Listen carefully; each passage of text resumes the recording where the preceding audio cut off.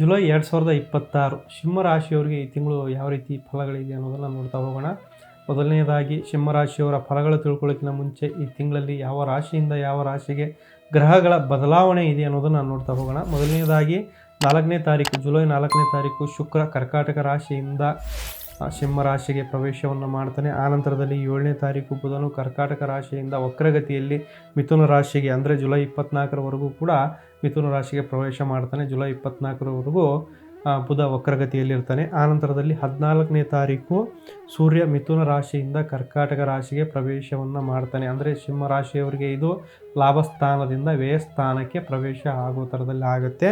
ಅದಾದ ನಂತರದಲ್ಲಿ 27ನೇ ತಾರೀಕಿಂದ ಶನಿ ಕೂಡ ವಕ್ರಗತಿಯಲ್ಲಿ ಸಂಚಾರ ಮಾಡ್ತಾರೆ. ಅದು ಡಿಸೆಂಬರ್ 11ರವರೆಗೂ ಅಂದರೆ ಈ ವರ್ಷಾಂತ್ಯದವರೆಗೂ ಶನಿಯವರು ಕೂಡ ಶನಿ ಮಹಾತ್ಮರು ವಕ್ರಗತಿಯಲ್ಲಿ ಸಂಚಾರ ಮಾಡ್ತಾರೆ. ಕೊನೆಯದಾಗಿ ಗುರು ಕೂಡ ಅಂದರೆ ಕರ್ಕಾಟಕ ರಾಶಿಯಲ್ಲಿ ಗುರು ಮಹಾತ್ಮರು ಆಲ್ರೆಡಿ ಬೃಹಸ್ಪತಿಗಳು ನೆಲೆ ಆಗಿದ್ದಾರೆ. ಅದರ ಜೊತೆಗೆ ಸೂರ್ಯ ಕೂಡ ಅಲ್ಲಿ ಪ್ರವೇಶ ಆಗೋದರಿಂದ 14ನೇ ತಾರೀಕಿಂದ ಅಂದರೆ ಜುಲೈ 14ರಿಂದ ಆಗಸ್ಟ್ 12ನೇ ತಾರೀಕುವರೆಗೂ ಗುರು ಕೂಡ ಅಸ್ತರಾಗಿರ್ತಾರೆ. ಇದರ ಜೊತೆಗೆ ಸಿಂಹರಾಶಿಯವರಿಗೆ ಇದು ಎಲ್ಲ ಬದಲಾವಣೆಯಿಂದ ಸಿಂಹರಾಶಿಯವರಿಗೆ ಯಾವ ರೀತಿ ಫಲ ಸಿಗುತ್ತೆ ಅನ್ನೋದನ್ನು ನೋಡ್ತಾ ಹೋಗೋಣ. ಮೊದಲನೆಯದಾಗಿ ಉದ್ಯೋಗ ಮತ್ತು ವ್ಯಾಪಾರದಲ್ಲಿ ಉದ್ಯೋಗದಲ್ಲಿ ಅವರಿಗೆ ಮೊದಲಾರ್ಧ ತಿಂಗಳು ಅಂದರೆ ಉತ್ತಮ ಪ್ರಶಂಸೆ ಸಿಗುತ್ತೆ, ಲಾಭದಾಯಕವಾಗಿರುತ್ತೆ. ಅಲ್ಲಿ ಸಿಗ್ತಕ್ಕಂತಹ ಮರ್ಯಾದೆ ಗೌರವ ಕೂಡ ಸಿಗುತ್ತೆ.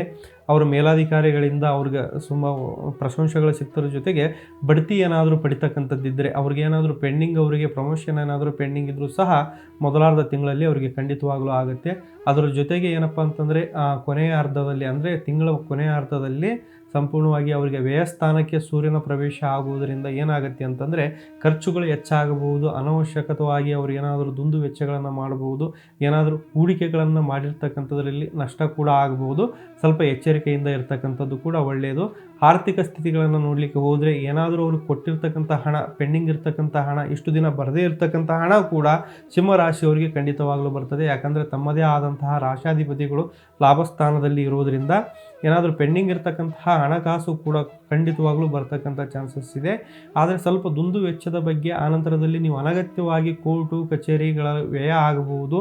ಆನಂತರದಲ್ಲಿ ಏನಾದರೂ ನಿಮಗೆ ಆಸ್ಪತ್ರೆಗಳಿಗೆ ಕೂಡ ಖರ್ಚಾಗಬಹುದು. ಸ್ವಲ್ಪ ಎಚ್ಚರಿಕೆಯಿಂದ ಇರತಕ್ಕಂಥದ್ದು ಒಳ್ಳೆಯದು. ಅಂದರೆ ತಿಂಗಳ ಕೊನೆಯ ಅಂತ್ಯದಲ್ಲಿ ಸ್ವಲ್ಪ ಎಚ್ಚರಿಕೆಯಿಂದ ಇರತಕ್ಕಂಥದ್ದು ಒಳ್ಳೆಯದು.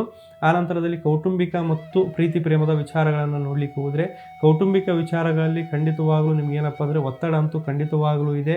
ಒತ್ತಡದಿಂದ ಈ ತಿಂಗಳು ನೀವು ನಿಮ್ಮ ಕುಟುಂಬವನ್ನು ನಿಭಾಯಿಸಬೇಕಾಗತ್ತೆ. ಅತಿ ಒತ್ತಡದ ಸಮಯದಲ್ಲಿ ನಿಮ್ಮ ಸೋದರ ಸೋದರಿಯಿಂದ ಖಂಡಿತವಾಗಲೂ ಬೆಂಬಲವನ್ನು ಸಿಕ್ಕೇ ಸಿಗುತ್ತೆ. ಪ್ರೀತಿ ಪ್ರೇಮದ ವಿಚಾರದಲ್ಲಿ ನೋಡಲಿಕ್ಕೆ ಹೋದರೆ ಸ್ವಲ್ಪ ಮಾನಸಿಕ ಒತ್ತಡ ಕೂಡ ನಿಮಗೆ ಆಗಬಹುದು. ಸ್ವಲ್ಪ ಮಾತುಕತೆಯಲ್ಲಿ ನಿಮಗೇನಪ್ಪ ಅಂದರೆ ಭಿನ್ನಾಭಿಪ್ರಾಯಗಳು ಬಂದು ಸ್ವಲ್ಪ ದೂರ ಆಗುವಂಥ ಚಾನ್ಸಸ್ ಕೂಡ ಇದೆ. ಸ್ವಲ್ಪ ಎಚ್ಚರಿಕೆಯಿಂದ ಇರತಕ್ಕಂಥದ್ದು ಒಳ್ಳೆಯದು. ಆನಂತರದಲ್ಲಿ ನಿಮ್ಮ ಆರೋಗ್ಯದ ವಿಚಾರ ನೋಡಲಿಕ್ಕೆ ಹೋದರೆ ಆರೋಗ್ಯದ ವಿಚಾರದಲ್ಲಿ ಸ್ವಲ್ಪ ನಿಮಗೆ ಏರುಪೇರು ಆಗ್ತಕ್ಕಂಥದ್ದು ಇದೆ. ಆನಂತರದಲ್ಲಿ ಸ್ವಲ್ಪ BP-ಗೆ ಸಂಬಂಧಪಟ್ಟಿದ್ದು ಇಲ್ಲ ಯಾಕಂದರೆ ಹೊಟ್ಟೆಗೆ ತಲೆನೋವಿಗೆ ಸಂಬಂಧಪಟ್ಟಿದ್ದು, ನಿದ್ರೆಗೆ ಸಂಬಂಧಪಟ್ಟಿದ್ದು. ಯಾಕಂದರೆ 12ನೇ ಸ್ಥಾನಕ್ಕೆ ಅಂದರೆ ವ್ಯಯಸ್ಥಾನದಲ್ಲಿ ಸೂರ್ಯ ಪ್ರವೇಶ ಆಗೋದ್ರಿಂದ ವಿನಾಕಾರಣ ಆಲೋಚನೆಗಳು ಜಾಸ್ತಿ ಆಗ್ತಾ ಹೋಗುತ್ತೆ, ಯೋಚನೆಗಳು ಜಾಸ್ತಿ ಆಗ್ತಾ ಹೋಗುತ್ತೆ. ನಿದ್ರಾಹೀನತೆಯನ್ನು ಕೂಡ ನೀವು ಅನುಭವಿಸ್ಬೋದು. ಸ್ವಲ್ಪ ನಿಮ್ಮ ನಿದ್ರೆಯ ಬಗ್ಗೆ ಮತ್ತು ಆನಂತರದಲ್ಲಿ ವ್ಯಾಯಾಮದ ಬಗ್ಗೆ ಸ್ವಲ್ಪ ಎಚ್ಚರ ವಹಿಸಿ, ಊಟದ ಬಗ್ಗೆ ಕೂಡ ಎಚ್ಚರ ವಹಿಸ್ತಕ್ಕಂಥದ್ದು ಒಳ್ಳೆಯದು. ಕೊನೆಯದಾಗಿ ಶಿಕ್ಷಣದ ವಿಚಾರ ನೋಡಲಿಕ್ಕೆ ಹೋದರೆ ಶಿಕ್ಷಣದಲ್ಲಿ ಸ್ವಲ್ಪ ಮನಸ್ಸು ಚಂಚಲ ಆಗ್ತಕ್ಕಂಥದ್ದು, ಬುಧನ ವಕ್ರಗತಿಯಿಂದ ಸ್ವಲ್ಪ ಚಂಚಲ ಆಗ್ತಕ್ಕಂಥದ್ದು ಮನಸ್ಥಿತಿ ನಿಮಗೆ ಏನಪ್ಪ ಅಂದರೆ ಸ್ಥಿರ ಇಲ್ಲದೆ ಇರತಕ್ಕಂಥದ್ದು ಕೂಡ ಕಾಣ್ಬೋದು. ಬಟ್ ವಿದೇಶ ಪ್ರಯಾಣ ಏನಾದರೂ ಹೋಗುವಂಥದ್ದು, ವಿದೇಶಕ್ಕೆ ವ್ಯಾಸಂಗಕ್ಕೆ ಹೋಗುವಂಥದ್ದಿದ್ದರೆ ಖಂಡಿತವಾಗಲೂ 16ನೇ ತಾರೀಕು ನಂತರದಲ್ಲಿ ಶುಭ ವಾರ್ತೆಗಳನ್ನು ಖಂಡಿತವಾಗಲೂ ನೀವು ಕೇಳ್ತೀರಾ.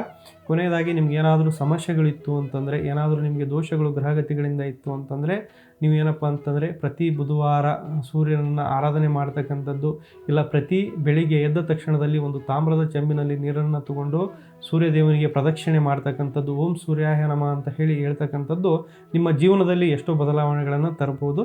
ಇನ್ನೂ ಏನಾದರೂ ಹೆಚ್ಚಿನ ಸಮಸ್ಯೆಗಳು ಇತ್ತು ಅಂತಂದರೆ ಕೆಳಗಡೆ ಕಾಣ್ತಕ್ಕಂಥ ನಂಬರಿಗೆ ಕರೆ ಮಾಡಿ. ಆದಷ್ಟು ಈ ವಿಡಿಯೋವನ್ನು ಎಲ್ಲರಿಗೂ ಶೇರ್ ಮಾಡಿ, ಲೈಕ್ ಮಾಡಿ, ನಮ್ಮ ಚಾನಲನ್ನು ಸಬ್ಸ್ಕ್ರೈಬ್ ಮಾಡ್ಕೊಳ್ಳಿ.